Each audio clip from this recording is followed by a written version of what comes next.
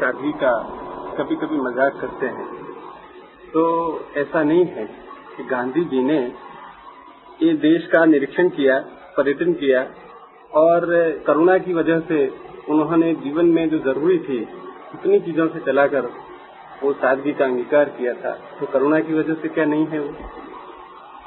करुणा की वजह से हो या ना हो, इससे बहुत फर्क नहीं पड़ता। मेरे लिए ये बात महत्वपूर्ण नहीं कि गांधी जी ने किस वजह से सादगी अख्तियार की। मेरे लिए महत्वपूर्ण बात यह है कि सादगी का रुख मुल्क को गरीब बनाता है। मेरे लिए वो महत्वपूर्ण नहीं है, वो गांधी जी की व्यक्तिगत बात है कि वो करुणा से सादे रह रहे हैं, क्या उनको कोई ऑब्सेशन है इसलिए सादे रह रहे हैं, क्या दिमाग खराब है इसलिए सादे रह रहे हैं, इससे मुझे कोई प्रयोजन नहीं। वो गांधी जी की निजी बात है। मेरे लिए प्रयोजन जिस बात से है वो ये है कि जो मुल्क सादगी को प्रतिष्ठा देता है वो मुल्क संपन्न नहीं हो सकता। तो मेरे लिए जो आधार है आलोचना का वो बिल्कुल दूसरा है, इससे मुझे प्रयोजन ही नहीं। गांधी जी की करुणा हो वो उनके साथ, लेकिन जो सवाल है वो ये है कि अगर हम एक बार किसी मुल्क में आवश्यकताएं कम होनी चाहिए, सादगी होनी चाहिए, जीवन सीधा होना चाहिए, चीजें कम होनी चाहिए, कम से कम जरूरत में हमें पूरा करना चाहिए, इस धारणा को अगर मजबूत बना लें तो ये गरीब रहने का रामबाण नुस्खा है। इससे फिर कभी कोई कौम संपन्न नहीं हो सकती। इसलिए अगर गांधी जी करुणा से कह रहे हैं तो मैं भी करुणा से कह रहा हूं कि वो उनकी बात बकवास है। क्या बात सुन रहे हैं ना? यानी मैं भी करुणा से ही कह रहा हूं, और अगर उनकी करुणा बहुत सामयिक है तो मेरी करुणा बहुत शाश्वत है, क्योंकि 5000 साल में जिन लोगों ने भी करुणा के कारण हिंदुस्तान को सादा रहने की शिक्षा दी है वे ही लोग जिम्मेवार हैं हिंदुस्तान की गरीबी के। हिंदुस्तान कभी भी अमीर हो सकता था, लेकिन अमीरी के अपने सूत्र। अमीरी का पहला सूत्र तो यह है कि जो है उससे हम संतुष्ट ना। असंतोष सदा बना रहे। जितनी हमारी आवश्यकताएं हैं उतने पे हम ठहर न जाएं, हमारी आवश्यकताएं रोज विस्तीर्ण होती रहे। जिंदगी का जो विकास है वो जटिलता से है, तो जितना जटिल होता है उतना ही विकास होता है। बुद्ध भी करुणा कर रहे हैं, महावीर भी करुणा कर रहे हैं, गांधी जी भी करुणा कर रहे हैं, सब करुणा कर रहे हैं। ये मुल्क मरा जा रहा है, उनकी करुणा महंगी है। उनकी करुणा मेरी दृष्टि में मुल्क के हित में नहीं है, मंगलदायी नहीं। दिखाई तो पड़ती, दिखाई तो ऐसा पड़ता है कि ठीक है भाई इतना गरीब देश है, इस मुल्क को अगर हम गरीबी में रहने की राजी करने की व्यवस्था नहीं करेंगे तो ये मुल्क तो बहुत परेशान हो जाएगा। लेकिन मेरा मानना है कि जितना ये गरीब रह के परेशान होगा उतना गरीबी से मुक्त होने के लिए परेशान होना उतना खतरनाक नहीं। इस गरीबी को कहीं तोड़ना पड़ेगा। गांधी जी को 5000 साल के बाद भी करुणा करनी पड़ती है। अगर आप गांधी जी को मानते हैं तो 5000 साल बाद भी करुणा करनी ही पड़ेगी हमको इस मुल्क पर। ये व्यवस्था नहीं टूटेगी। तो इसलिए ये महत्वपूर्ण नहीं है। मैं गांधी जी की करुणा पर कोई बात नहीं कह रहा हूं, वो कोई सवाल नहीं। मैं आपको करुणा से भर के आप बीमार हैं और आपको मिठाई दे देता हूं, मैं करुणा से देता हूं, इससे कोई सवाल नहीं। आप पर क्या होगा अंतिम परिणाम, सवाल ये। अंतिम परिणाम में मैं मानता हूं कि आवश्यकताएं कम करने की कल्पना, कम आवश्यकताओं में जीने की आस्था जिंदगी को विकसित नहीं होने देती। अन्यथा हम शायद जमीन पर सबसे समृद्ध कौम हो सकते हैं। सबसे जमीन कहीं भी इतनी समृद्ध नहीं है जितनी हमारी, और सबसे पहले दुनिया में हमने ही मानसिक रूप से विकास किया, बाकी कौमों ने बहुत पीछे आई। और आज हालत उल्टी हो गई। आज हालत एक, हम उनसे कैसे उनके कदम मिलाएं ये सवाल है। नहीं तो दुनिया में हमसे कोई कदम नहीं मिला सकता था। गणित हमने कोई 3000 साल पहले खोज लिया, विज्ञान के मूलभूत कदम हमने कोई 2500 साल पहले खोज लिए। दुनिया की सारी महत्वपूर्ण खोज की शुरुआत हमने की, लेकिन पूरा किसी और ने किया है, जबकि हम बहुत आगे थे। यानी आज फ्रायड जो कह रहा है वो हमारा पतंजलि या हमारा बुद्ध 2500 साल पहले समझता था। अभी उनके पास जो भी समझ है वो ज्यादा से ज्यादा 300 साल पुरानी है। हमारे पास जो समझ है वो 5000 साल पुरानी है। लेकिन समझ भी थी, सुविधा भी थी, देश की स्रोत संपन्न थे, लेकिन हमने जो फिलसफी पकड़ी, हमने जो जीवन दर्शन पकड़ा वो साथी तथा उसने हमें नुकसान पहुंचाया। अभी मैं एक सब इस बात पर निर्भर करता है, दो चीजों पर निर्भर करता है। भविष्य को देखते हैं आप या सिर्फ वर्तमान को देखते हैं? अगर सिर्फ वर्तमान को देखते हैं तो गांधी की करुणा बहुत सार्थक मालूम पड़ेगी, लेकिन अगर भविष्य को देखते हैं तो बहुत खतरनाक और पॉइजनस विषाक्त मालूम पड़ेगी। और मुझे उससे प्रयोजन ही नहीं। यानी मैं ये कहता हूं एक आदमी करुणा करे, ये उसका मजा होगा, लेकिन इस करुणा का विस्तीर्ण परिणाम क्या होगा, और इसमें गांधी जी से ही मुझे लेना देना नहीं है। असल में मेरी बात समझने में कठिनाई होती है। असली सवाल तो हमारी दृष्टि का है। गांधी जी उस दृष्टि को फिर मजबूत कर जाते हैं। रचनात्मक काम के बारे में जब आप करते हैं तो कोई ऐसा ख्याल नहीं है कि देश में जितना कपड़ा है उससे कम कपड़ा मिले। जब देश को 11 गज कपड़ा मिलता था तब गांधी जी ने 30 गज कपड़ा हर एक को मिलना चाहिए ऐसा विचार कहा, लेकिन वो प्राप्त करने के लिए साधन कौन से इस्तेमाल करें? आज देश में देखेंगे कि 2 पंचवर्षीय योजना के बाद 17 गज से ज्यादा कपड़ा हम उत्पन्न नहीं कर सकते हैं क्योंकि उसका बिक्री नहीं हो सकता है। तो गांधी ने तो ऐसा कहा कि जिनको कपड़ा पहनने का नहीं मिलता है वो कपड़े वाला हो, उसके लिए उत्पादन के साधन जो उनको मिले उन्होंने लिए। उस जमाने में चरखा मिला तो चरखा लिया, अब अम्मन चरखा मिला तो एक आदमी सिर्फ 20 घंटा काम करे तो भी उसको 5-7 गज कपड़ा मिल सकता है। ऐसे औजार की खोज हुई है। इसका मतलब आपका जो ये ख्याल है कि रचनात्मक काम देश को दरिद्र बनाने के लिए है, ऐसा नहीं? रचनात्मक काम की मैंने बात ही नहीं की अभी। गांधी के सादगी के ना, मैंने जो बात की है वो सादगी के लक्ष्य की बात की। रचनात्मक काम की बात मैं अलग से आपसे करता हूँ। हम तो रचनात्मक काम आपने जो सवाल उठाया था वो रचनात्मक से संबंधित नहीं था। जो मैंने बात की है वो ये की है कि सादगी मेरे लिए लक्ष्य नहीं है। मेरे लिए जीवन को जितने वैभव और संपन्नता से जिया जा सके उतना ही मैं मानता हूँ उचित है, क्योंकि उसके वैभव और संपन्नता से जीने की जो अभीप्सा है वो हमारी सोई हुई शक्तियों को चुनौती देती है और हम आगे बढ़ते हैं। कोई अमेरिका में इतने संपत्ति पैदा हो जाए और हम भीख मांगते रहे, इसमें कुछ अमेरिका की जमीन की विशेषता नहीं, सिर्फ अमेरिका के मस्तिष्क की विशेषता है, क्योंकि वो सादगी से जीने को राजी नहीं है। और मजे की बात यह है कि वो जो चीज पा लेता है उसी को सादगी मानने लगता है और आगे बढ़ने की कोशिश करने लगता है। अगर किसी के पास बहुत बड़ी गाड़ी तो वो भी शादी हो जाती है और बड़ी गाड़ी चाहिए। ये तो मैंने सादगी, आप जो बात कह रहे हैं सादगी के बारे में मैं कहूंगा। मैं आपकी दूसरी बात कर लूं। रचनात्मक जिसको आप कह रहे हैं मैं नहीं मानता कि रचनात्मक है, क्योंकि कारण क्या है? पहली तो बात यह है कि अगर एक आदमी, गांधी जी ने जो उपाय सुझाए, चरखा या तकली या उस तरह के सामान्य यंत्र जो आदमी एक एक आदमी मैनेज कर सके, गांधी जी की नजर कुल इतनी है कि वो बड़ा यंत्र जो व्यक्तियों के ऊपर हावी हो जाता है उसके खिलाफ है। वो ऐसा यंत्र चाहते हैं जिस पर व्यक्ति हावी रहे। इसमें मेरा मानना है कि तो गांधी जी की मनुष्य की आत्मा में बहुत कम भरोसा है। उनका चित्त आदमी में बहुत कम भरोसे वाला है, क्योंकि वो मानते हैं बड़ा यंत्र आदमी पर हावी हो जाएगा। उनकी आदमी की आत्मा जो बहुत छोटी मालूम पड़ती है, बहुत कम हिम्मतवर नपुंसक मालूम पड़ती है। एक दूसरी बात, गांधी जी जो यंत्र दे रहे हैं ये हो सकता है कि एक आदमी को 30 गज कपड़ा मिल जाए, ये हो सकता है, बहुत कठिन नहीं। अगर एक आदमी गांधी जी के चरखे को ही चलाता रहे तो 30 गज कपड़ा मिल सकता है, लेकिन विकास मल्टी डायमेंशनल है। जो आदमी 6 घंटे चरखा चला के 30 गज कपड़ा पा लेगा या 4 घंटे चला के 30 गज कपड़ा पा लेगा, 4 घंटे चरखा चलाने में उसने कितना खोया उसका हिसाब आपको नहीं। अगर मेरा बस चले तो गांधी जी को सजा करवा देनी चाहिए, तुमको हम चरखा नहीं चलाने देंगे, क्योंकि गांधी जैसा आदमी 2 घंटे चला के मुल्क का कितना नुकसान पहुंचा रहा है इसका हमें कुछ पता नहीं। गांधी जैसी हैसियत की प्रतिभा का आदमी 2-3 घंटे चरखे के साथ उलझा रहे, इस 3 घंटों में इस प्रतिभा का हम कितना उपयोग कर सकते थे और कितना हमने सूद पैदा किया। ये सूद और इस प्रतिभा के उपयोग का कोई संबंध नहीं जोड़ता। ये जो 2-3 मालाएं सूद की बन जाएंगी, ये गांधी जी के 3 घंटे श्रम का हम फायदा लेंगे तो आप समझ लेना कि आप गरीब रहेंगे। उसके कारण है, सच बात तो ये है कि मनुष्य का विकास इससे होता है कि वो अपने अपने समय, समझ और श्रम का कितना इकोनॉमिक उपयोग करता है। आप कितने कम समय में कितना ज्यादा पैदा करते हैं, इससे आपके विकास की संभावना बढ़ती है। गांधी जी के जो साधन है वो ज्यादा समय में बहुत कम पैदा करवाने वाले हैं, इसलिए मैं उनके खिलाफ हूं। मैं रचनात्मक नहीं मानता, विध्वंसात्मक मानता हूं। गांधी जी के सब साधन डिस्ट्रक्टिव है, उनमें रचना नहीं है, विध्वंस।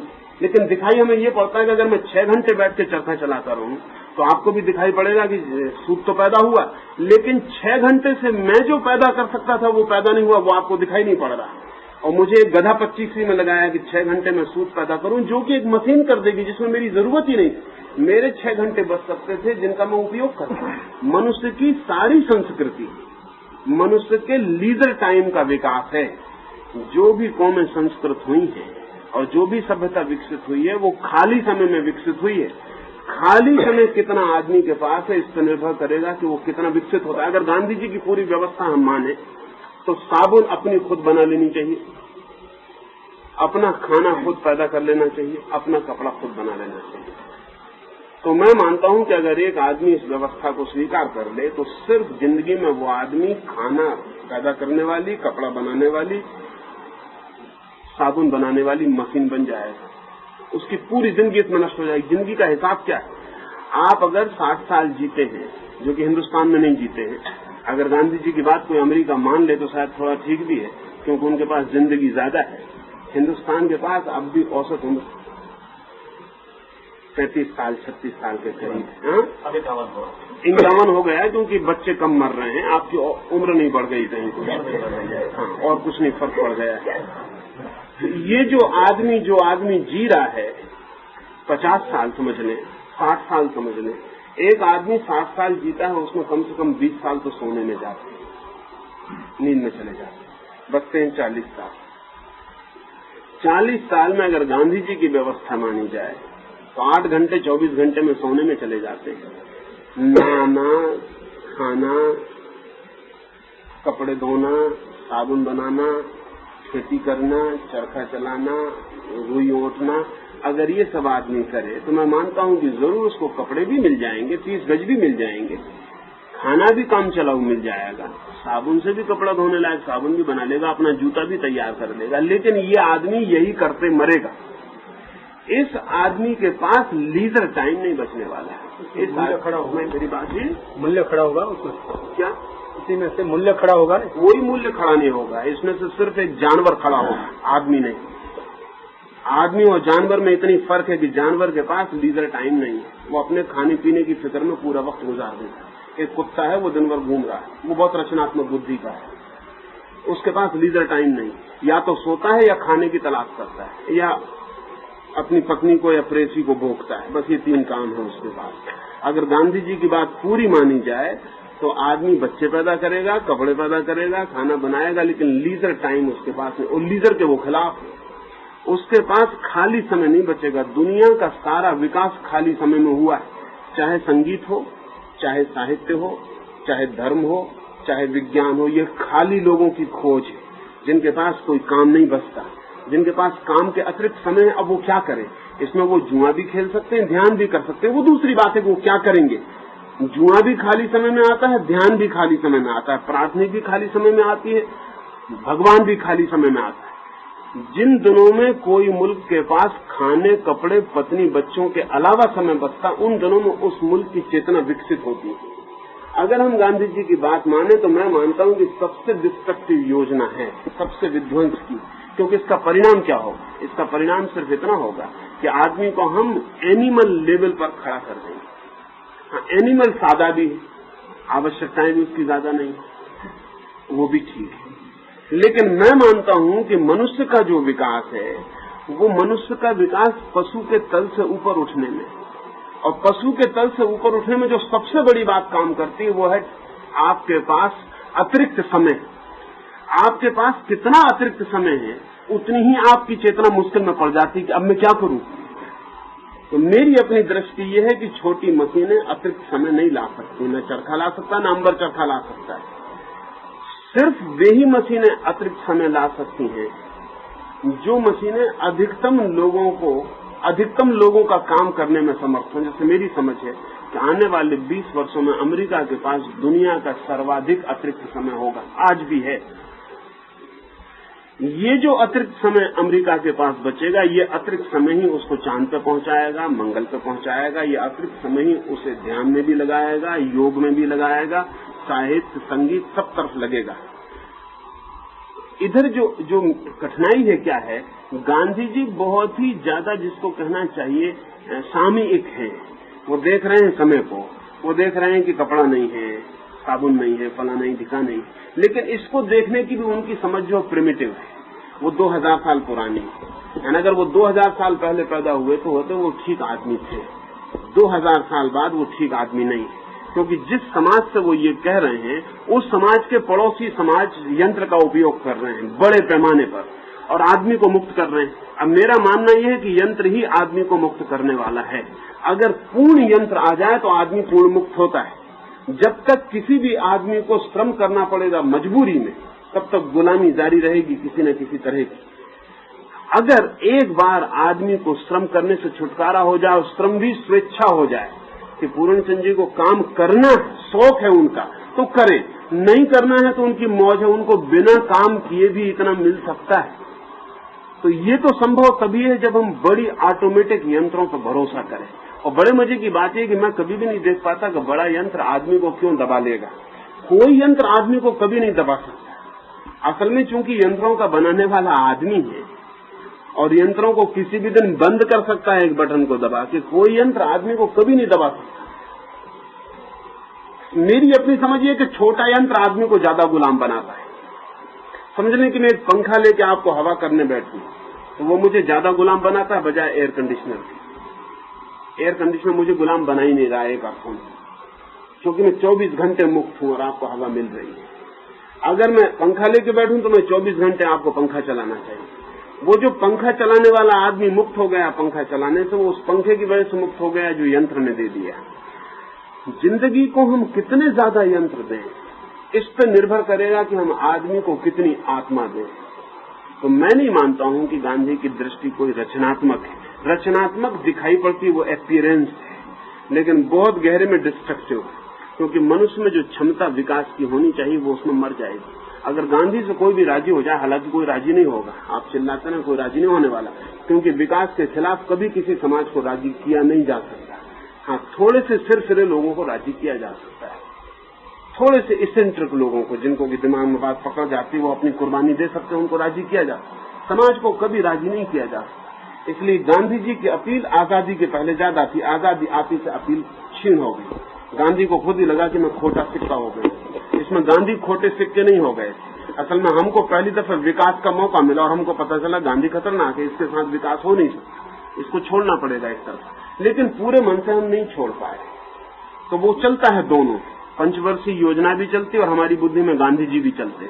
वो जो आप कहते हैं पंचवर्षीय योजना से क्या हुआ, बहुत कुछ हो सकता था। रूस में बहुत कुछ हुआ, हिंदुस्तान में नहीं हुआ, क्योंकि रूस के दिमाग में गांधी नहीं था, सिर्फ पंचवर्षीय योजना। हिंदुस्तान के दिमाग में गांधी और हाथ में पंचवर्षीय योजना, इन दोनों में विरोध। ये दोनों नहीं चल सकते साथ, या तो पंचवर्षीय योजना चला ले या गांधी जी को चला ले। ये दोनों हैं, इसलिए अहित हो रहा है। और ये जो सारा मैं कह रहा हूं वो इस बात को ध्यान में रख के कह रहा हूं कि मेरे लिए एक पर्सपेक्टिव है भविष्य का आदमी के लिए। और जो हमारी सामान्य धारणाएं हैं, उन सामान्य धारणाओं को हम कभी सोच नहीं पाते कि हम अब गांधी जी को हम 3rd क्लास में चला रहे हैं, बड़ा सादगी मान रहे हैं, महात्मा मान रहे हैं। लेकिन गांधी जैसा आदमी जहां घंटे भर में पहुंच सकता था वहां 48 घंटे में पहुंचेगा। ये जो 47 घंटे गांधी के हमने खराब किए, इसका कौन जिम्मेवार होगा? और गांधी जैसे आदमी को खुद तो हक है ही नहीं कि 47 घंटे अपने खराब कर दिए तो हमारे घंटे। गांधी जैसे आदमी को हम खराब नहीं करने देंगे, लेकिन हम खराब करवाएंगे। अगर विनोबा पैदल चले तो हम और खुश हो जाएंगे। अगर जमीन पे ये सरकने लगे, रेंगने लगे, तो हमारी खुशी का कोई अंत न रहेगा। हम इनको बिल्कुल परम हंस मान लेंगे। हमारे सोचने का जो ढंग है वो संकोच वाला है, और जिसको हम रचनात्मक कहते हैं वो रचनात्मक है नहीं। अब जैसे कि समझ लें, रचनात्मक किसको कहें? एक आदमी ने जिसने बिजली बनाई वो रचनात्मक है, या एक आदमी जो है कि घर में दिया रखता फिर रहा है वो रचनात्मक? रचनात्मक कौन है?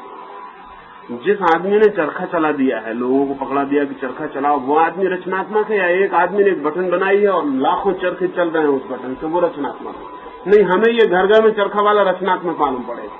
और एक एक आदमी के 6-6 घंटे खराब करना, करोड़ों आदमियों के अरबों घंटे खराब करना है, और जिंदगी बहुत छोटी। इसलिए मैं राजी नहीं हूं। मेरी अपनी समझ ये है कि लेकिन अगर गांधी जी जैसी बात को हम पकड़ लें तो हम चरखा चलाने में उलझ सकते हैं, और हमारा जो चित्त है 3-4 हजार साल का वो राजी हो सकता है इसमें। क्यों? उसके कारण है हम जटिलता से भयभीत कौन है। और ध्यान रहे जितनी जटिलता का हम मुकाबला करेंगे उतनी हमारी प्रतिभा विकसित होगी। एक बैलगाड़ी चला रहा है एक आदमी, एक बैलगाड़ी चलाने वाले आदमी की प्रतिभा बहुत विकसित नहीं हो सकती। इसी आदमी को हवाई जहाज चलाने के लिए बिठाइए तो आप पाएंगे इसकी प्रतिभा को मजबूरन विकसित होना पड़ेगा, क्योंकि हवाई जहाज चलाने के लिए जितने जटिल यंत्र को संभालना है उतनी बुद्धि भी चाहिए। फिर हवाई जहाज को चलाने में जितना खतरा है उतनी चेतना भी चाहिए, अवेयरनेस भी चाहिए। बैलगाड़ी में कोई भी नहीं। बैलगाड़ी में चलाने वाला आदमी बैल की बुद्धि से बहुत ज्यादा आगे विकसित नहीं हो सकता, तो वो चला बैल को ही रहा ना आखिर, तो उसमें भले कितनी बुद्धि हो लेकिन उसकी जरूरत ही नहीं पड़ती। बैल को ही चलाना है तो बैल को ही चलाने लायक बुद्धि का पुकार आती है। और हमारे पास जो समझ है वो बड़ी हैरानी की, वो ये है कि आदमी अच्छे से समझदार आदमी अपनी बुद्धि के 15% से ज्यादा का उपयोग नहीं कर पाता। अच्छे से अच्छा आदमी, बुद्धिमान से बुद्धिमान आदमी, तो जिसको हम साधारण जन का वो तो 3-4-5% उपयोग करता है। वो जो 80-90% बुद्धि हमारी अतिरिक्त पड़ी है उसका कैसे उपयोग हो? गांधी जी के पास उसकी कोई जगह नहीं, ना तो हरिभजन से हो सकता है, न राम की धुन से हो सकता है, न चरखे से हो सकता है। गांधी जी के पास मनुष्य की प्रतिभा को जगाने का कोई क्रिएटिव प्रोग्राम नहीं। इसलिए मैं नहीं मानता कि वो रचनात्मक है। मैं तो मानता हूं कि रचनात्मक बातचीत के भीतर बहुत विध्वंसात्मक है, और मेरी हालत में उल्टी मानता हूं। मेरी सारी विध्वंसात्मक बातचीत के बीच में बिल्कुल रचनात्मक है। तो मेरी रचना का अपना अर्थ है, उनकी रचना का अपना अर्थ है। उनकी रचना को मैं रचना नहीं मानने को राजी हूं। उनका ख्याल था रचनात्मक का कि जिस आदमी को काम भी नहीं मिलता है और खाना भी नहीं मिलता है उस तक काम देना एक समाज का धर्म बनता है। और क्या नजदीक से कौन सा काम दे सके? आज भी देखें कि आज 60 रुपया प्राप्त करने के लिए काफी लोग अंबर चरखा काटने के लिए आते हैं। सिर्फ गुजरात में एक हालत है, इतना बड़ा वस्त्र उद्योग है, सारे हिंदुस्तान का वस्त्र उद्योग में 9 लाख आदमी को रोजी मिलती है अतिरिक्त। और इसको ऑटोमेटिक कर दें तो मैं समझता हूँ 2.5 लाख से ही सारा हिंदुस्तान का कपड़ा बन जाएगा। दूसरा प्रश्न, हम देहात में रहते देखते हैं कि लोगों को खाने का भी मिलता नहीं है, काम नहीं है। तो काम प्राप्त करने का काम इसलिए कि उसको रोटी चाहिए, तो वो अधिकार हम कैसे दिलवा सकेंगे? मानो कि आप कहें वैसे ही स्वयं संचालित युग आ गया, और मैं तो टेक्नोलॉजी का विद्यार्थी हूँ, ऐसे एक मशीन बन गई है कि जिसमें सब स्वयं संचालित हैं, और हिंदुस्तान की जितनी मिल हैं वो 10 लाख से नहीं सिर्फ 1 लाख से चलने लगे। और जितने रेडियो है इसमें सब ऑटोमेटिक कर दें, मैथमेटिक्स ऑटोमेटिक कर दें, कंप्यूटर रख दें, तो हिंदुस्तान की आम जनता को जो काम नहीं मिलता है, खाना नहीं मिलते हैं, उनको क्या काम और कैसे देंगे? मुफ्त देंगे तो बराबर। हमारी तकलीफ क्या है कि जब हम भविष्य के किसी यंत्र की बात करते हैं तब भी आर्थिक बुद्धि हमारी अतीत की होती है। भविष्य के यंत्र की बात करते हैं और समझ हमारी अतीत की आर्थिक होती है, इसलिए कठिनाई होती। जैसे मैं आपसे कहता हूं, जिस दिन ऑटोमेटिक यंत्र आ जाएगा, आप समझते हैं एक हजारों कारखाने बंद हो जाएं, कार के एक कार का कारखाना चलेगा, उसमें किसी को मजदूर की जरूरत नहीं रह जाएगी, शायद 10-5 आदमी उपयोगी होंगे, लाखों आदमी बेकार हो जाएंगे। लेकिन क्या आप समझते हैं ये कारें आप बनाइएगा किस लिए, खरीदेगा कौन? जब सारा मुल्क बेकार होगा ये कारें खरीदेगा कौन, उनको बनाइएगा किस लिए? इधर आपको कार बनानी पड़ेगी, इधर बेकार लोगों को पैसा देना पड़ेगा, नहीं तो कार बिकेगी कहाँ? आप समझ नहीं रहे। हमारा जो पुराना दिमाग है वो ये कहता है कि जब काम नहीं होगा तो फिर मर जाएंगे आदमी।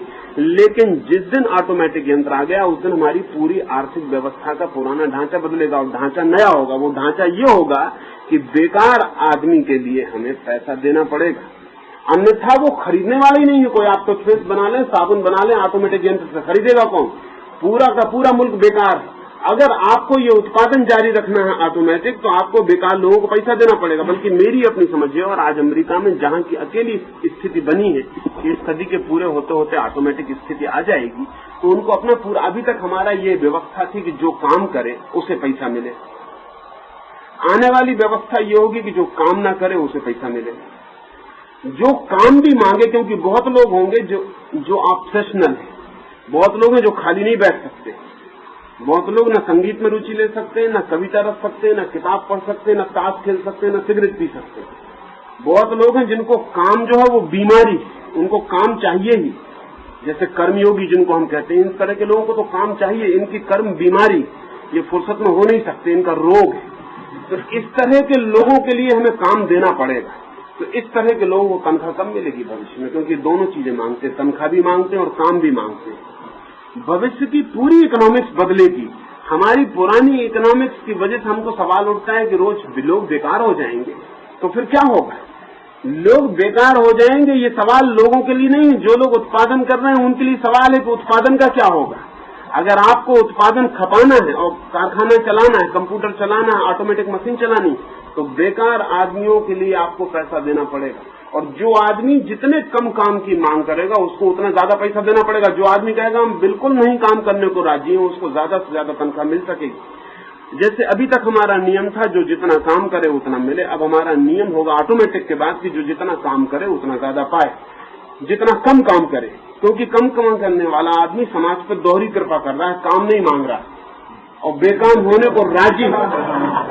हमारी जो तकलीफ है वो तकलीफ इसलिए है कि हमारा सारा ख्याल तो होता है पुरानी परिस्थिति का, और नई परिस्थिति जब बनती है तो पुरानी पूरी परिस्थिति बदलेगी, उसको उत्तर नहीं मिलता। अब जैसे होता क्या है, आदमी की सारी उलझने ऐसी। अब आज भी हम चरखे पे सूत काटते जा रहे हैं। अब हमको अंदाज नहीं कि चरखे पे सूत काटना या लूम में भी सूत काटना अवैज्ञानिक है।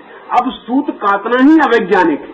उसका कारण ये है कि जब हम कपास से सूत बनाते थे तो कपास को पहले हमें सूत बनाना पड़ता है, फिर सूत को बुनना पड़ता है। ये निपट गंवारी हो गई अब, लेकिन हमारी पुरानी आदत की वजह से अब टेरिलान है, उससे सीधा कपड़ा ढाला जा सकता है, सूत बनाने की जरूरत नहीं।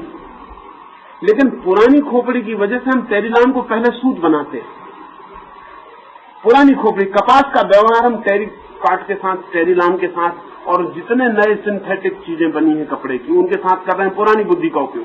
पहले सूत बनाएंगे। अब ये बिल्कुल अनावश्यक मूर्खता है, इसको सूत बनाने की जरूरत ही नहीं। ये तो सीधा ही ढल सकता है, सीधा ही।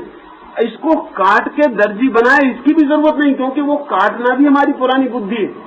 इसका तो हम सीधा शर्ट ही ढाल सकते हैं, सीधा पेंट ही डाल सकते हैं। असल में जैसे हम और चीजें ढालते हैं अब कपड़ा भी ढल सकता है। लेकिन दिक्कत क्या होती है कि हमारे पास पुराना दिमाग है। तब भी मैं लुधियाना था तो यूनिवर्सिटी बोलने गया था, तो वहां बोलते हम 7 साल के बच्चों को स्कूल भेजते थे। अब भी हम 7 साल के बच्चों को स्कूल भेजे चले जाते। कोई नहीं पूछता कि 7 साल के बच्चे को हमने स्कूल क्यों भेजा था। 7 साल से बच्चे के स्कूल जाने का कौन सा संबंध है? 8 साल का क्यों नहीं, 6 साल का क्यों नहीं? 7 साल का हमने भेजना शुरू किया था कभी आज से 500 साल पहले। स्कूल इतने दूर थे कि 7 साल से कम बच्चा भेजा ही नहीं जा सकता। बस इतना कुल कारण था। अभी भी हम भेजे चले जा रहे हैं 7 साल के बच्चे को। अब कोई कारण नहीं, अब हालतें उल्टी हो गई हैं। अब मनोविज्ञान ये कह रहा है कि 4 साल का बच्चा ही असल में शिक्षित किया जाना चाहिए, 4 साल के पहले ही, क्योंकि जिंदगी का 50% सीख लेता है 4 साल का बच्चा, 50% बाकी जिंदगी में सीखेगा। तो जिस बच्चे ने 4 साल अशिक्षा में गुजार दिए, अब इसको ठीक से शिक्षित करना असंभव है। लेकिन हमारी पुरानी आदत वो हम उसको जारी रखें। हम सब चीजों के मामले में ऐसा हुआ है, सारी चीजों के मामले में ऐसा होता है कि हमारे पास दिमाग होता है पुराना, घटना घटती है नई, पुरानी परिस्थिति में नई घटनाओं को जोड़ना चाहते हैं, इसको भूल जाते हैं कि नई घटना भी पैदा होगी नई चीज के साथ। तो मेरी अपनी समझ ये है कि जब तक हम रोक रहे हैं ऑटोमेटिक यंत्र को, असल में हमें ऑटोमेटिक यंत्र को नहीं रोकना चाहिए, हमें बेकार आदमी को पैसा मिलना चाहिए, इसकी मांग बढ़ानी चाहिए। ऑटोमेटिक यंत्र को रोकने की जरूरत नहीं, वो तो खतरनाक है। देखें आप, ये हमारी, लेकिन स्वभावता चोट तो इससे पड़ती है। आज एक कारखाने में अगर ऑटोमेटिक यंत्र लगेगा, उस कारखाने के मजदूर बेकार होंगे और उसके मजदूर लड़ाई करेंगे ऑटोमेटिक यंत्र के खिलाफ। उनको पता नहीं कि ऑटोमेटिक खिलाफ यंत्र के खिलाफ लड़ाई अपने ही खिलाफ लड़ाई। वो ये कह रहे हैं कि हम मजदूर ही रहेंगे, वो ये कह रहे हैं। उनको ऑटोमेटिक यंत्र के खिलाफ नहीं लड़ना चाहिए, उन्हें लड़ना चाहिए कि हम काम छोड़ने को राजी, काम के छोड़ने के बदले में क्या देते हो। ये सवाल नहीं, ऑटोमेटिक यंत्र बराबर लाओ। जिस दिन सारी दुनिया ऑटोमेटिक यंत्र पर आ जाएगी, उस दिन सारी दुनिया में इतना एक्सपेंशन होगा चेतना का, इतना बड़ा विस्फोट होगा कि मैं मानता हूं लाखों बुद्ध एक साथ पैदा हो सकेंगे। असल में बुद्ध भी बेकार घर में पैदा होते हैं, महावीर भी बेकार घर में पैदा होते हैं, जहां वो मुक्त है काम से, वो कोई काम नहीं कर रहे हैं। आज तक दुनिया में जो जिसको हम श्रेष्ठ चेतना कहें, वो चाहे गांधी की हो, वो भी दीवान के बेटे हैं, वो भी कोई 24 घंटे चरखा चलाने वाले घर में पैदा नहीं हो जाते। सारी दुनिया में जो चेतना विकसित होती है वो संपन्न परिवारों में या संपन्न समाजों में पैदा होती। हमने ब्राह्मण को काम से मुक्त कर दिया था हिंदुस्तान में, उससे हम काम नहीं लेते, उसकी हम सेवा कर दी। उसको हमने छोड़ दिया था कि वो जो सोचना चाहे सोचे, उसको काम की जरूरत ही नहीं। भिक्षा का मतलब ये था कि वो समाज उसको देगा। तो हिंदुस्तान के ब्राह्मण ने अनूठी सूझें उपलब्ध की जो दुनिया में कोई भी नहीं कर सका। बेकार ब्राह्मण का परिणाम है वो, और कोई कारण नहीं है उसका। अगर शूद्र को भी उतना ही बेकार किया जा सके तो शूद्र भी उतने ही बड़े महर्षि पैदा कर सकेगा जितने ब्राह्मण ने पैदा किए। वो अनएम्प्लॉयड लेकिन सुविधा उपलब्ध, बेकार लेकिन उसको भोजन की चिंता नहीं। तो ब्राह्मण क्या करता, उसने आकाश की बड़ी उड़ानें ली, जैसी उड़ान ब्राह्मण ले सका है एज ए होल कम्युनिटी की तरह, ऐसी दुनिया की कोई कम्युनिटी नहीं ले सकती, ले नहीं सकती, क्योंकि कोई कम्युनिटी इतनी बेकार नहीं रही अतीत में। दुनिया में हिंदुस्तान ने पहली दफा बेकारी का प्रयोग किया है। तो ब्राह्मण जो है उसको हमने कहा कि तुम बेकार रहो, तुम सिर्फ सोचो, तुम गाओ, तुम चिंतन करो, तुम नाचो, तुम खोजो, हम तुमसे काम ना लेंगे, ना हम साबुन बनवाएंगे, ना हम तुमसे कपड़ा बनवाएंगे, ना हम तुमसे खेती करवाएंगे, ये हम कर लेंगे, लेकिन कुछ और ऊंची खोज तुम कर लाओ। तो वो ऊंची खोज कर सका है। आज पश्चिम में वैज्ञानिक काम से मुक्त हो गया, आज उससे हम दूसरे काम नहीं ले रहे, आज सिर्फ विज्ञान की, तो वो चांद पर उतर पा रहा है। गांधी जी कोई वैज्ञानिक पैदा नहीं कर सकते कभी भी, क्योंकि वो उनको जो ऑब्सेशन है, उनको जो रोग है वो ये है कि श्रम भगवान, श्रम भगवान नहीं है, श्रम सिर्फ गुलामी, अबुद्धि, श्रम अज्ञान। हम जब तक अज्ञानी तब तक श्रम हमको मजबूरी है, वो हमारी नेसेसरी इविल है। उसको भगवान भगवान कहने की जरूरत नहीं है कि श्रम देवता और उसकी पूजा करो, कोई देवता नहीं है श्रम। हम श्रम भी इसलिए करते हैं कि विश्राम कर सकें, और कोई कारण नहीं है। अगर दिन भर एक आदमी मजदूरी करता है तो सांझ घर आराम से लेट सकेगा, इसलिए करता है, और कोई कारण नहीं। जिन समाजों में गुलाम थे उन समाजों ने बड़ा विकास किया। मैं गुलाम के पक्ष में नहीं हूं, लेकिन ये देखने जैसा मामला है। ताजमहल गुलामी से पैदा हुआ, पिरामिड गुलामों के इज्जत में बने। दुनिया में जो भी विकास हुआ, जैसे एथेंस में सुकरात और प्लेटो और अरस्तु पैदा हुए, वो गुलामों का जमाना था। क्योंकि एथेंस में भी उन्होंने ये इंतजाम किया कि एक गुलामों का वर्ग ही खड़ा कर दिया, जो काम ही करेगा, वो मशीन हो गया, वो ऑटोमेटिक मशीन और कुछ नहीं। आदमी को ऑटोमेटिक मशीन बना दिया, वो सिर्फ काम करेगा, कुछ लोग सिर्फ सोचेंगे। लेकिन ये बड़ा दुखद है। अगर हमें दुनिया को गुलामी से मुक्त करना है तो गांधी जी की बात भूल के मत मानना, नहीं तो गुलामी से मुक्त नहीं होगी दुनिया। अगर आप हिंदुस्तान को, अगर एक आदमी को चिंतन के लिए छोड़ना है तो दूसरे लोगों को काम करना पड़ेगा। समझ लें कि मैं अगर चिंतन के लिए मुक्त मुझे छोड़ना है तो आप मुझसे नहीं चाहेंगे कि मैं चरखा चलाता रहूं, तो आपको चरखा चलाना पड़ेगा मेरे लिए। लेकिन ये तो बड़ी बुरी बात है, आपसे मैं गुलामी करवा रहा हूं। अंततः मैं आपसे गुलामी करवा रहा हूं, वो परोक्ष हो प्रत्यक्ष हो, इससे कोई फर्क नहीं पड़ता। मुझे खाना चाहिए, अगर मैं खेतीबाड़ी में लग जाऊं तो ठीक है, मैं खेतीबाड़ी में लगा रहूंगा, लेकिन सब मैं जो कर सकता हूं वो नहीं कर पाऊंगा तो कोई मेरे लिए खेतीबाड़ी कर रहा है। ये बहुत अमानवीय है कि मैं खाऊं कोई खेतीबाड़ी करे, तो मैं कहता हूं मशीन खेतीबाड़ी करे, किसी को करने की जरूरत। मशीन के साथ कोई दुर्व्यवहार नहीं होता, इसलिए मशीन गुलाम बनाई जा सकती है। मशीन के पास चूंकि कोई आत्मा नहीं। अगर आप गांधी जी की बात मानते हैं तो गुलामी कभी खत्म नहीं होगी।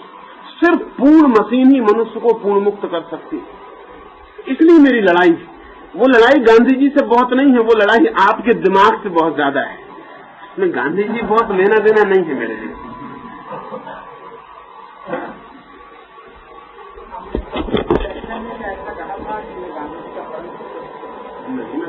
मैं किसी का परम भक्त नहीं, गांधी जी मेरे परम भक्त नहीं, मैं उनका क्यों होने वाला हूँ।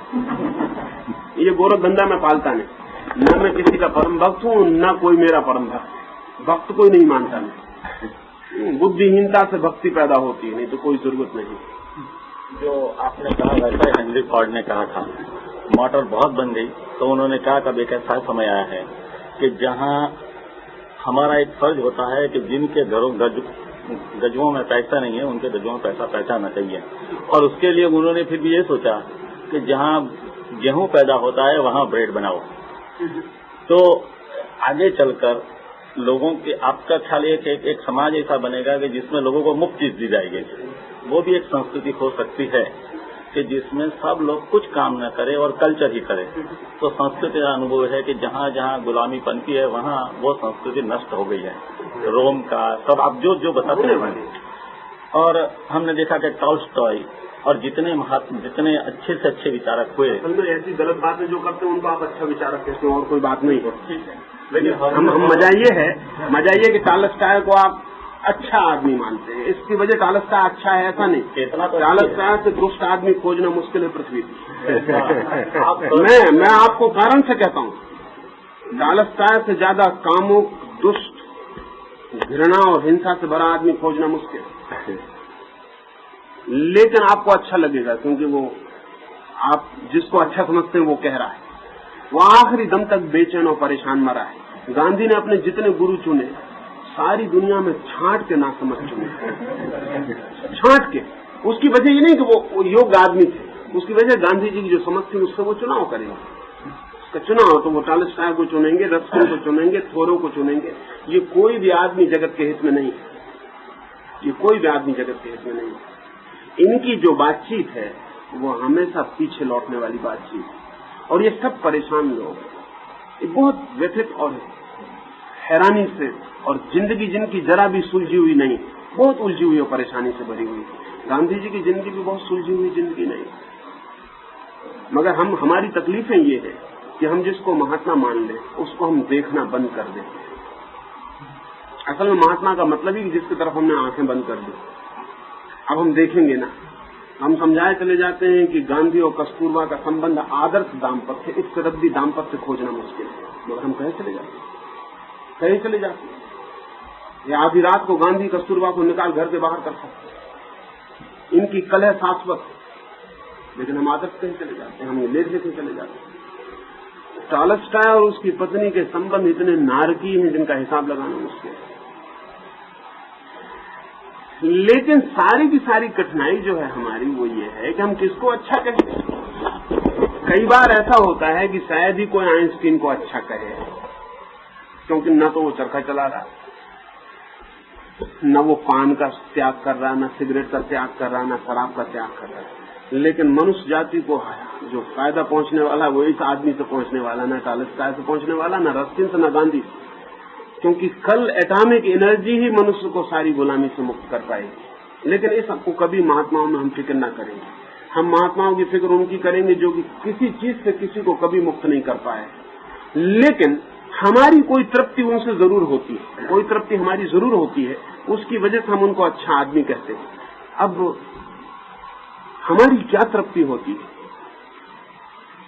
टॉल्स्टॉय से हमें कौन सी तृप्ति मिलती है? रस्किन से कौन सी तृप्ति मिलती? गांधी से कौन सी तृप्ति मिलती? असल में गरीब आदमी इतने दिन से गरीब है कि उसे अपनी गरीबी में ग्लोरिफिकेशन चाहिए। उसको चाहिए कि गरीबी कोई ऊंची चीज है। एक आदमी 5000 साल से गरीब है, वो गरीबी से तो परेशान है। अगर कोई उसे समझाने वाला मिल जाए कि गरीबी तो बड़ी भगवान की कृपा है, तो उसको बड़ा कंसोलेशन होगा। महावीर जब राज्य छोड़ के सड़क पर खड़े हो गए तो गरीबी बड़े प्रसन्न हुए। उन्होंने कहा यह है महात्याग। और गरीब ने समझा कि भगवान हम तो बड़ा कृपालु, क्योंकि महावीर को जो करना पड़ा वो हमको जन्म से मिला हुआ। जो दुनिया में गरीब की लंबी परंपरा है, वो गरीब की लंबी परंपरा त्यागियों को आदर देती है, क्योंकि त्यागी का मतलब है स्वेच्छा से बना हुआ गरीब। वो वॉलंटरी पॉवर्टी है उसकी। और मजे की बात यह है कि वो पुअर इसलिए नहीं बनता। वॉलंटरी पॉवर्टी जो उसकी स्वेच्छा से दरिद्रता वर्ण की है, वो कोई दरिद्रता के रस से नहीं की है, वो संपन्नता से, अरुचि से पैदा होती है। उसका असली कारण बहुत दूसरा है। बुद्ध के पास बुद्ध के बाप ने सब सुंदर औरतें इकट्ठी कर दी, उब गया। कोई भी उब जाएगा, बुद्ध की कोई खूबी नहीं है उसमें।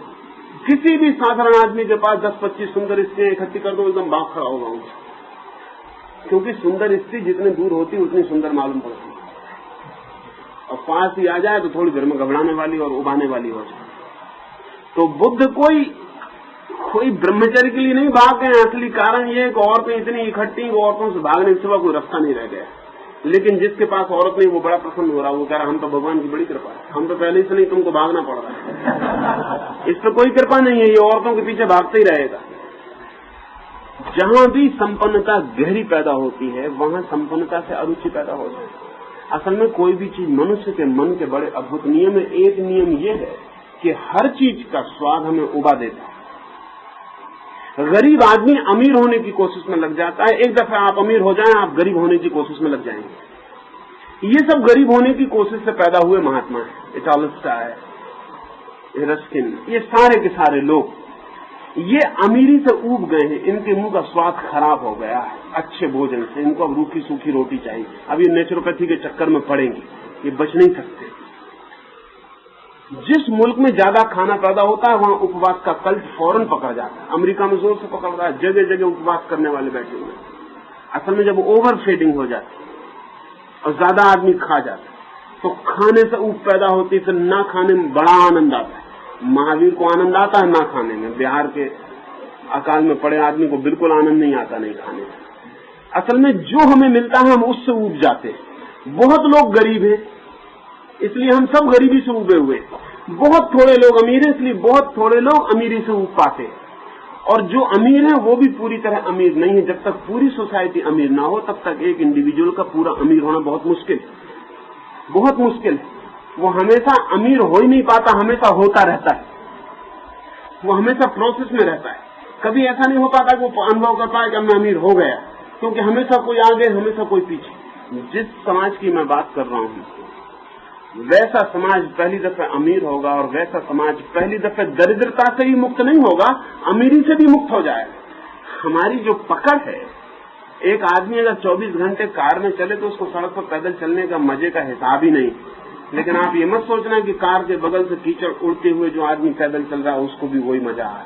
इस भ्रम में आप मत पड़ना। कार में बैठे आदमी को कभी कभी सड़क पे चलने का बड़ा मजा आता है, और जब वो सड़क पे चलता है तब सड़क पे चलने वाले के अहंकार को तृप्ति भी मिलती है। अच्छा, तो मतलब सड़क पे चलने का भी मजा है, यानी हम नहा भी परेशान हो रहे हैं। लेकिन ध्यान रहे, सड़क पे चढ़ने का मजा सिर्फ कार उपलब्ध हो तो ही है। और गरीब होने का मजा तभी है जबकि अमीरी चखी गई हो।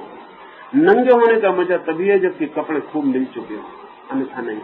तो मैं तो पक्ष में हूं किसी और अर्थ में। मैं इस अर्थ में पक्ष में हूं कि जिस दिन दुनिया पूरी तरह एफ्लुएंट होगी उस दिन गरीबी अमीरी की दोनों बेवकूफियां खत्म हो जाएंगी। उस दिन पहली दफे सादगी आएगी जो भीतरी होगी, जो बाहरी नहीं होगी। उसका बाहर से कोई संबंध नहीं होगा। कौन आदमी कितने कपड़े पहनता है इससे सादगी का कोई संबंध ही नहीं।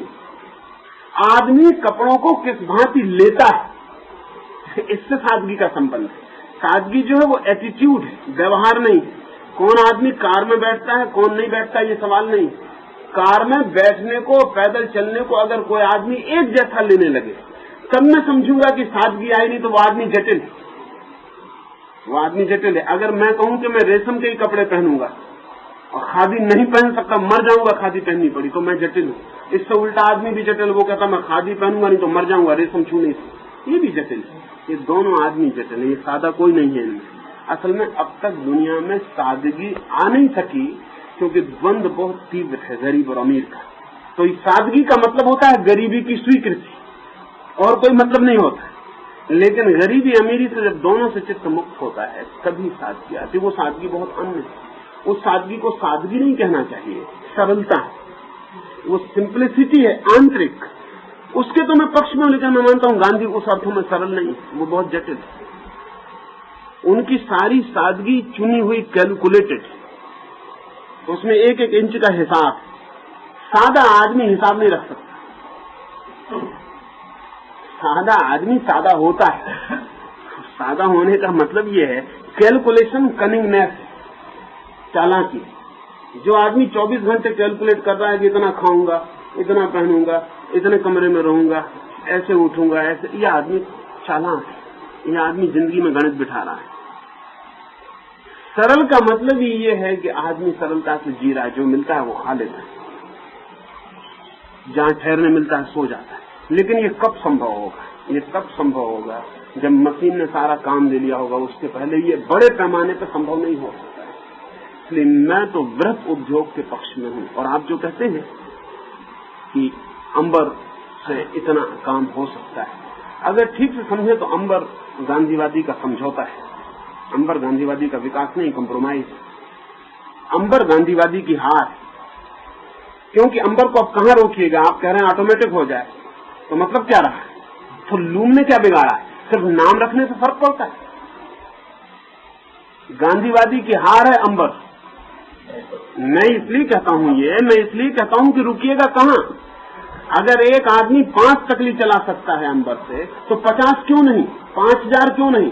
और एक आदमी 5000 चला सकता है, तो एक आदमी के बिना चल सकती हो तो हर्ज क्या है? इसमें रुकिएगा कहां? इसमें सवाल जो है, जिसको मैं कंप्रोमाइज कहता हूं, यह हार है। गांधीवादी मरा अंबर चरखे के साथ। अंबर चरखा दफन करने वाली व्यवस्था है उसकी, क्योंकि अब रुकेगा कहां हो?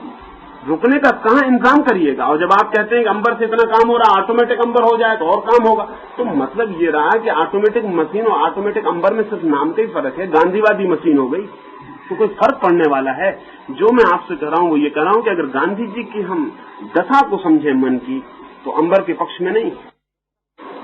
गांधी जी सख्त खिलाफ है यंत्र के बढ़ने के, और ऐसे यंत्रों के भी खिलाफ हैं जिनको आप कभी सोच नहीं सकते। टेलीग्राफ के भी खिलाफ 1905 में खिलाफ थे।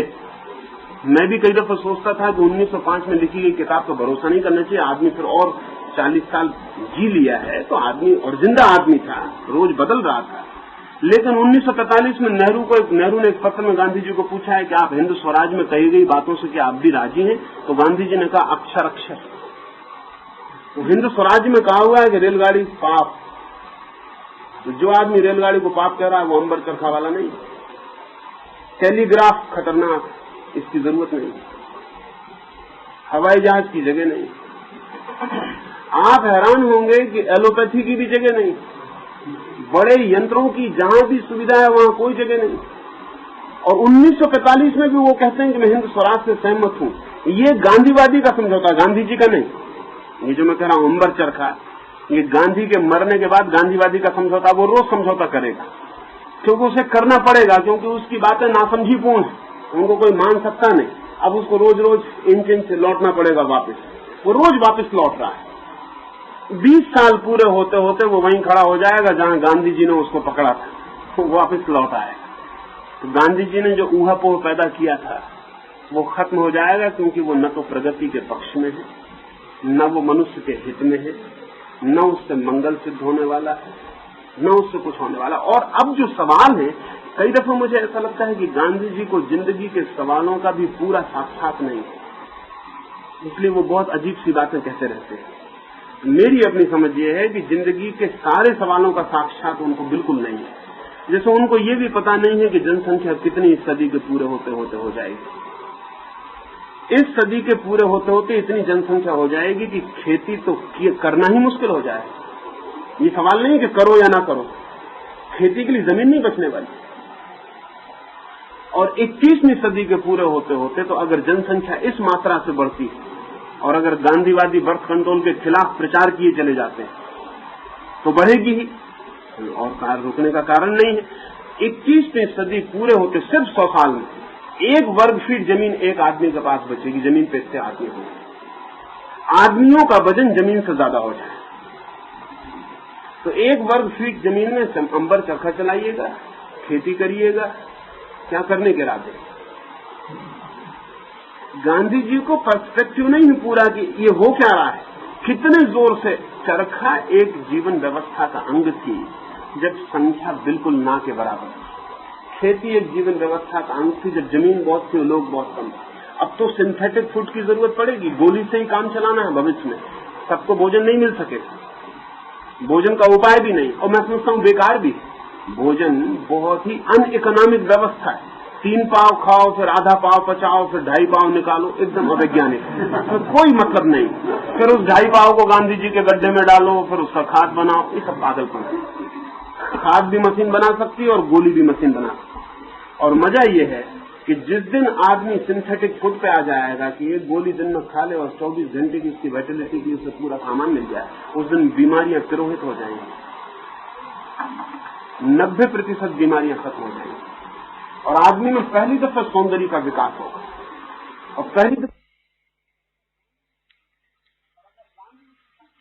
और अगर गांधी उस सोसाइटी को प्रभावित कर पाते हैं तो उसी सोसाइटी को प्रभावित कर पाते हैं। हिंदुस्तान की आजादी में जितना गांधी का हाथ है उतना अंग्रेजों का भी हाथ, उतना हिंदुस्तानियों का भी हाथ। जो लोग आजादी की लड़ाई में लड़े उनका भी हाथ है, जो नहीं लड़े उनका भी हाथ है। ये सब टोटल फेनोमेना है, ये इकट्ठी घटनाएं।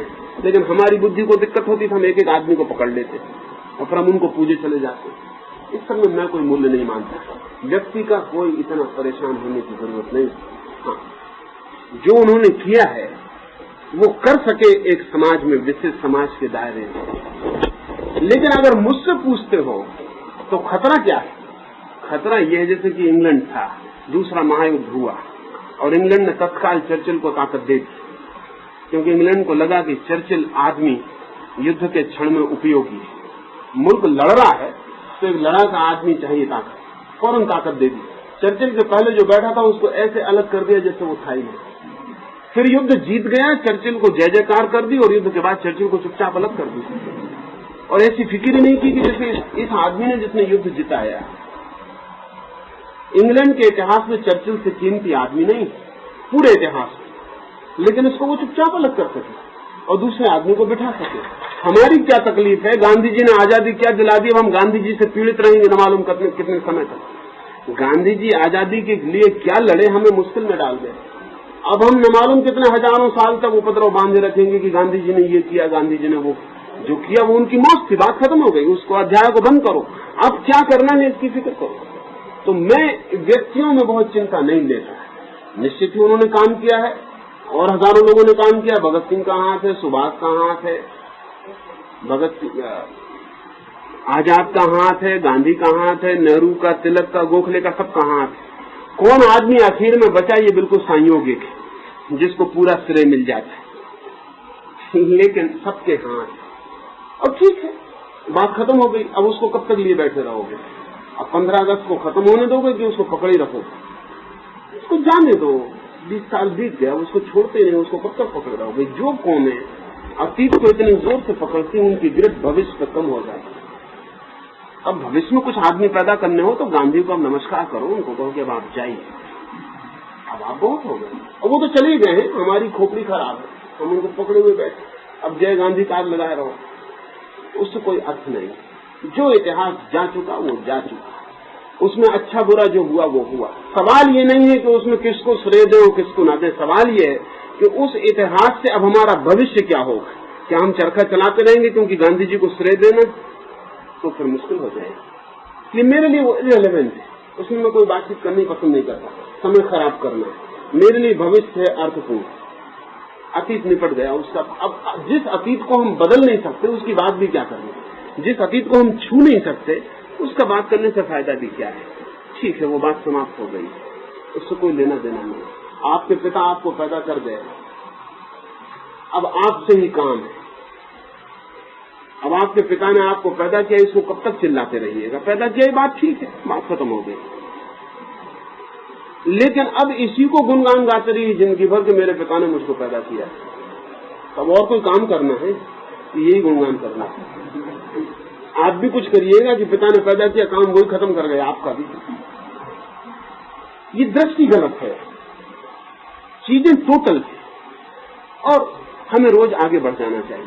आज मैं आपसे एक बात कह रहा हूं, अब वो कल आप उसको पकड़ने की कोई जरूरत नहीं है। जितनी सार्थक होगी वो आप में डूब जानी चाहिए, खत्म हो गई बात। मैं कल मर जाऊं, भूल जाना चाहिए, याद भी करने की जरूरत नहीं है, बात खत्म हो गई। हमें आगे बढ़ना चाहिए, जिंदगी रोज आगे और हमारी खोपड़ी रोज पीछे की तरफ। इससे हमारी दिक्कत है। तो मैं निरंतर कहता हूं कि हम भारत में अगर कार बनाएंगे तो उसमें हम सब जो लाइट है, हेडलाइट, वो पीछे लगाएंगे। चलेगी गाड़ी आगे, लाइट पीछे पड़ेगा, क्योंकि हमको उल्टी पीछे की धूल देखने में बड़ा सुख। हाँ, कितना अच्छा रास्ता है, ना आगे पड़ता है तो लाइट आगे चाहिए, पीछे को भूलते जाना पड़ता है। धूल उड़ गई, रास्ता छूट गया, वहाँ कोई लाइट नहीं। वहाँ जो छोटे से 2 लाल लाइट लगे, वो भी पीछे से जो आ रहे हैं उनके लिए, आपके लिए नहीं। एक वो मिरर लगा हुआ है, रेयर व्यू, वो भी उनके लिए है कि जो पीछे आ रहे हैं वो कहीं आपसे टकरा ना जाए। वो उनको याद रखने के लिए, उनके स्मरण के लिए नहीं। लेकिन हिंदुस्तान का दिमाग जो है वो रियर व्यू मिरर, वो बस पीछे ही देखता है, उसके पास आगे कोई दृष्टि नहीं। कल भी गांधी पैदा करने हैं कि चुप गए, आने वाले भविष्य में भी कोई आदमी पैदा करना है कि बस खत्म हो गया आपका काम। इसलिए पीछे को हमें रोज रोज शिथिल करके छोड़ देना चाहिए। जो उसमें सार्थक है वो हमारे भीतर बच जाता है, उससे डरने की कोई जरूरत नहीं है। यानी मेरा मानना ये है, हाँ, जो सार्थक है वो बच ही जाता है, उससे हम छूट ही नहीं सकते। जो सार्थक है वो बच ही जाता है, उसमें कहीं कुछ खोता ही नहीं। लेकिन अगर आप कोशिश करके पकड़ें तो जो व्यर्थ है वो पकड़ जाता है। इसलिए इसकी कोई मैं कोई सोच सब उठना पड़ेगा नहीं, अब बात नहीं हो सकेगी।